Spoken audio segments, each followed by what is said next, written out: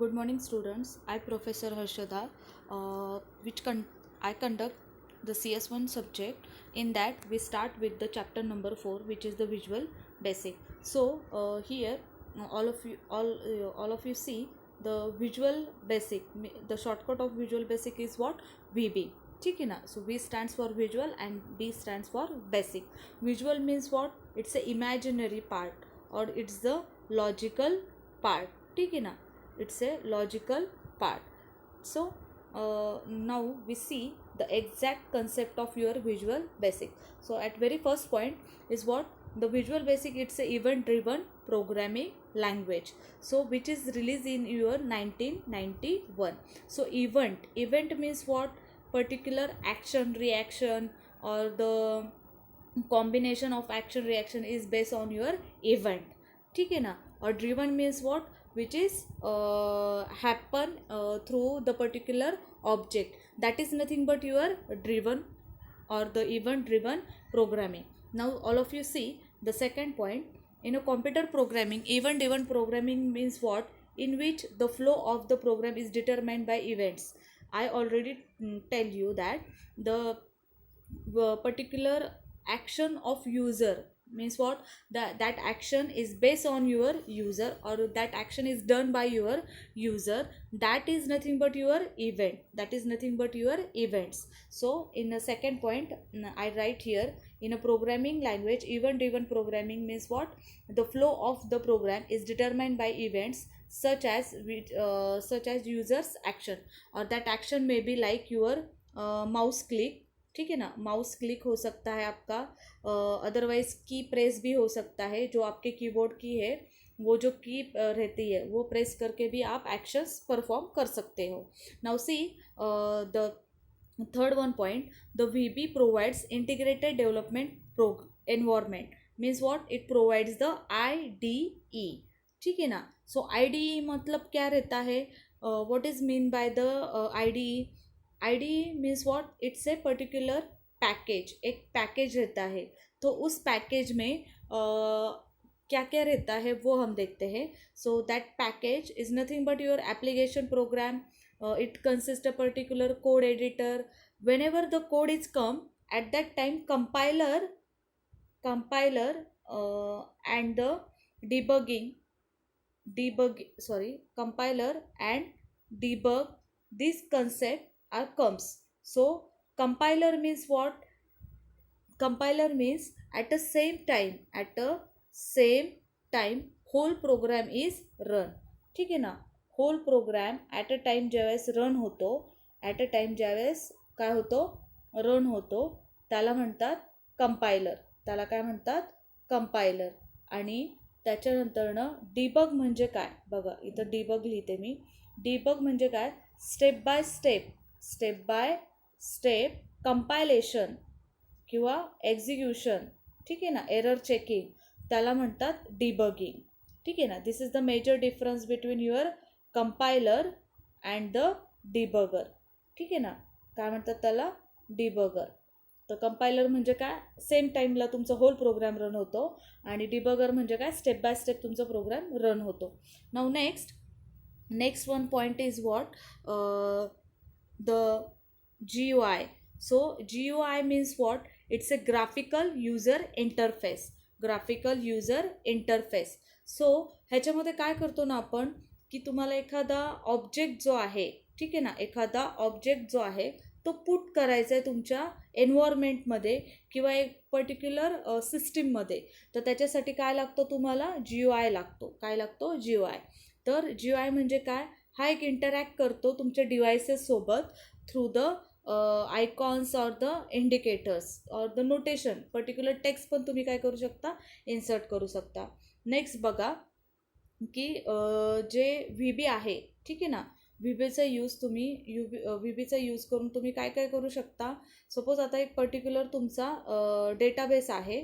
तर डेटाबेस तुम्हाला काय करायचं आहे? ॲक्सेस करायचा आहे. ठीक आहे ना. डेटाबेस जो आहे, डेटाबेस म्हणजे काय? की ज्याच्यामध्ये इन्फॉर्मेशन जी असते, काय असतं? इन्फॉर्मेशन की जी एका फॉर्मॅटमध्ये स्टोअर असते, त्याला म्हणतात डेटाबेस. मग हा जो डेटाबेस आहे तुम्हाला कशासोबत कनेक्ट करायचा आहे? तुमच्या प्रोजेक्टसोबत. ठीक आहे ना. कशाबरोबर? प्रोजेक्टसोबत. आता बघा इथं प्रोजेक्ट एक कन्सेप्ट आली. ही प्रोजेक्ट म्हणजे काय, की ज्यावेळेस तुम्ही व्हीबीचे प्रोग्राम करता तर त्यावेळेस ते एका प्रोजेक्टमध्ये होतात आणि त्या प्रोजेक्टला काय असतात, नंबर ऑफ फॉर्म्स असतात. काय असतात, नंबर ऑफ फॉर्म्स, म्हणजे मल्टिपल फॉर्म्स तुम्ही काय करू शकता, एका प्रोजेक्टमध्ये इन्क्ल्यूड करू शकता. मग हा जो प्रोजेक्ट आहे तो तुम्हाला कशाशी कनेक्ट करायचा आहे, तुमच्या डेटाबेससोबत. ठीक आहे ना, कशासोबत करायचा आहे, डेटाबेससोबत. तर त्यावेळेससुद्धा तुम्हाला काय यूज करावं लागतं, त्याच्यासाठी ॲक्टिव्ह एक्स कंट्रोल नावाचं जे आहे फॉर्म तो डिझाईन करावा लागतो. आता याच्यामध्ये बेस्ट एक्झाम्पल मी तुम्हाला सांगते ते पहा. ह्याच्यासाठी जे एक्झाम्पल आहे, तर आपण जे रजिस्ट्रेशन करतो, सगळ्यांनी बघा, जो रजिस्ट्रेशन फॉर्म आपण क्रिएट करतो तर तो रजिस्ट्रेशन फॉर्म किंवा मग तुमचा जो कॅल्क्युलेटर असतो ना, तर तो कॅल्क्युलेटर म्हणजे काय, फर्स्टली तुम्ही डिझाईन होता, पण बॅकएंडला काय असतं, सगळं प्रोग्रॅमिंग असतं. मग ज्यावेळेस मी 1 प्रेस करते म्हणजे काय होतं, 1ला क्लिक होतं. ज्यावेळेस मी ॲडिशन करते किंवा सबस्ट्रॅक्शन करते कॅल्क्युलेटरमध्ये, ठीक आहे ना, त्यावेळेस ॲडिशनच होती किंवा सबस्ट्रॅक्शन्सच होती. मग हे काय झालं रे, ॲक्शन्स झाल्या. ठीक आहे ना, काय झालं, ॲक्शन्स. मग हे ज्यांचे जे बटन्स असतात that buttons is nothing but your object. So असं जर आपल्याला तयार करायचं असेल तर आपण कशा थ्रू करतो, ते व्हिज्युअल बेसिक थ्रू करतो, की जी ही काय आहे, इव्हेंट ड्रिव्हन प्रोग्रॅमिंग लँग्वेज आहे. C++ कसं एखादं ॲप्लिकेशन एखादा कोडिंग तयार करतं किंवा एखादा ऑब्जेक्ट जो असतो त्याचं एक्झॅक्टली कॅल्क्युलेशन म्हणजे रन कसं करायचं ते तयार करतं. तर तसं व्हीबी काय करतो, एक पर्टिक्युलर ॲप्लिकेशन तयार करतं. काय तयार करतं, ॲप्लिकेशन. नाव सी द एक्झॅक्ट कन्सेप्ट म्हणजे second the step of programming, the steps of your programming म्हणजे व्हिज्युअल बेसिक कसं स्टार्ट करायचं ते मी सांगते. आता बघा, जे तुमचं असं ह्याचं बटन असतं बघा तुमच्या ह्याच्यावर विंडोजमध्ये, म्हणजे ज्यावेळेस तुम्ही कॉम्प्युटर स्टार्ट करता ते स्टार्टच्या बटनवर ज्यावेळेस क्लिक करता, इथं मी लिहिलेलं आहे, Wien you click on the start button then after go into the program. In that you just type there or the search in search window you type there Microsoft Visual Basic 6.0. ठीक है ना, whenever you click on that option at that time this type of window is open. कशी window open होती, this type of window is open. So या आणि त्याच्या back साईडला त्याचं प्रोजेक्ट वगैरे असं दिसतं. सो सी हिअर की एक्झॅक्टली कोणते कोणते प्रोजेक्ट तुम्ही ॲड करू शकता. आता ह्याच्यामध्ये तुम्हाला दिसतंय विंडोमध्ये व्हिज्युअल बेसिक, इथं काहीतरी standard EXE, active x EXE. So हे जे आहेत, ठीक आहे ना, हे जे आहेत तर त्याला काय म्हणतात, 1-2 मिनटं थांबा.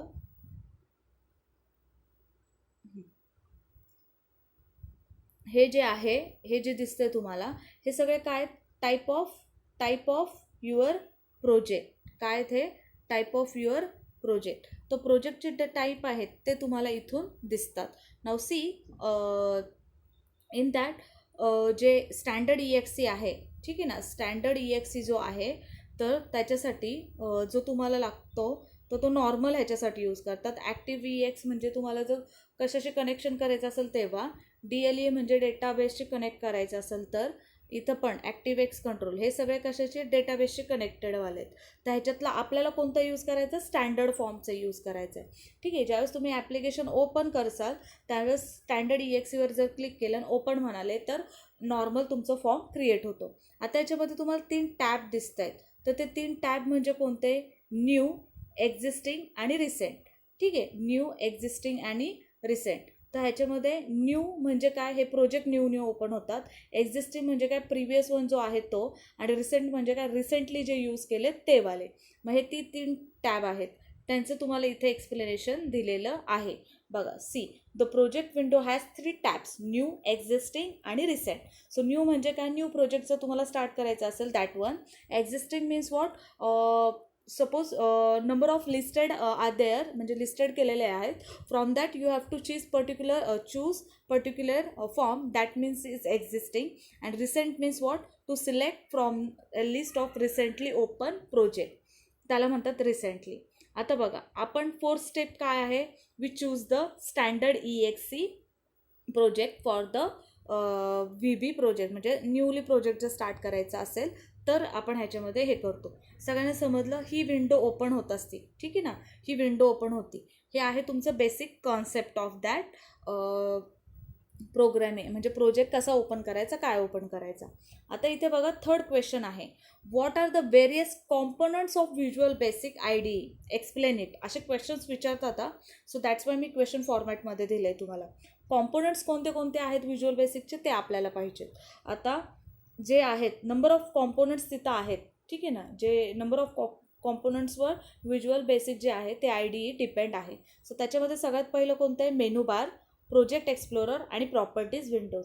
सो हे 3 काय त्याचे मेन कॉम्पोनंट्स आहेत. परत त्याच्या आत अंडर टूल बार आहे, त्याच्यानंतरनं टूल बॉक्स आहे आणि हे बघा इथं काय आहे, tool bar, tool box, form, project एक्सप्लोरच्या under form layout, form designer. So हे त्याचे सब पार्ट आहेत. तर मेन कोणते तुमचे, मेनू बार, प्रोजेक्ट एक्सप्लोरर आणि properties windows. Now we see one by one. So बघा ह्याच्यामध्ये कसं आहे. आता सपोज सगळ्यात फर्स्ट वन तुम्हाला पाहिजे आहे, तो पाहिजे आहे मेनू बार. कोणतं पाहिजे आहे, मेनू बार. सो नेक्स्ट लेक्चरमध्ये आपण एक्झॅक्टली पाहू की मेनू बार काय असतं, कुठं असतं आणि त्याचे काय काय एक्झॅक्टली कॉन्सेप्ट आहेत, ठीक आहे. सो नेक्स्ट लेक्चरला आपण काय बघणार आहेत, एक्झॅक्टली ब्रीफली एक्सप्लेनेशन जे आहे ते पाहणार आहोत कॉम्पोनंट्सचं, ठीक आहे. थँक्यू.